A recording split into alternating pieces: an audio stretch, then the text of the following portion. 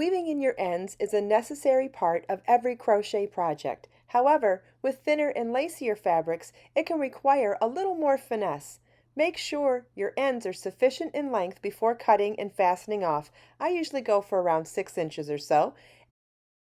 You want to choose a yarn needle that you can easily thread your yarn through the eye of the needle. If you're having trouble, you can use a needle threader like this. And gently work the yarn back and forth in multiple directions for several inches before carefully snipping the last bit off close to the fabric.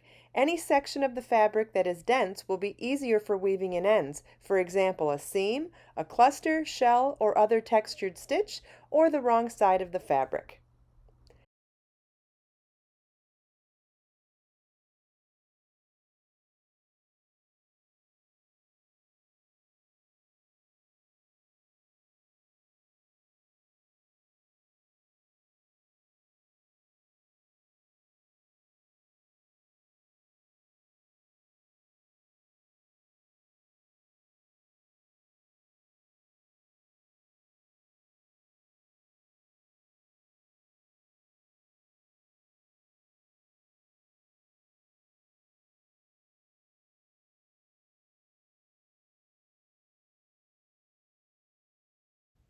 I hope you enjoyed this video. If you have any questions at all, please leave them for me in the comments.